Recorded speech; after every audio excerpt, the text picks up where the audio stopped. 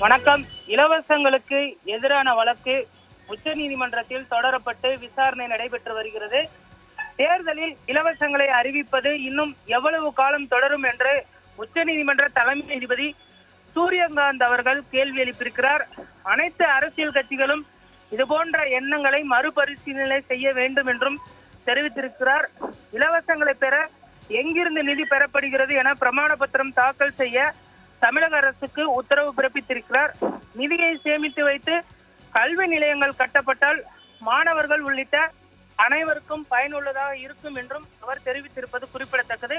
இலவசங்களுக்கு எதிரான வழக்கு தற்பொழுது உச்ச நீதிமன்றத்தில் விசாரணை நடத்தப்பட்டு வருகிறது. தலைமை நீதிபதி சூரியகாந்த் அவர்கள் இந்த வழக்கினை விசாரித்து வருகிறார். தற்பொழுது தமிழ்நாடு சட்டப்பேரவை உள்ளிட்ட 5 மாநிலங்களுக்கு விரைவில் தேர்தல் வர இருக்கக்கூடிய நிலையில் பல்வேறு முக்கிய பிரதான கட்சிகளும் போட்டி போட்டுக்கொண்டு இலவசங்களை அறிவிப்பது வழக்கம். இந்த நிலையில் இந்த வழக்கானது தற்பொழுது விசாரிக்கப்பட்டு வருகிறது. ஒருவேளை இலவசங்களை தடை செய்வதற்கு தலைமை நீதிபதி அவர்கள் ஏதேனும் உத்தரவு பிறப்பிப்பாரா என்பதனை பொறுத்திருந்துதான் பார்க்க வேண்டும்.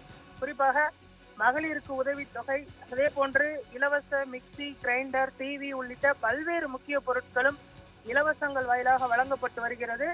இந்த நிலையில் தற்பொழுது மகளிருக்கு முன்பணமாக 5000 ரூபாயை முன்கூட்டியே தமிழக அரசு அறிவித்தது குறிப்பிடத்தக்கது. இந்த நிலையில் இலவசங்கள் குறித்த வழக்கின் விசாரணையில் பல்வேறு முக்கிய கேள்விகளையும் தலைமை நீதிபதி எழுப்பியிருப்பது குறிப்பிடத்தக்கது.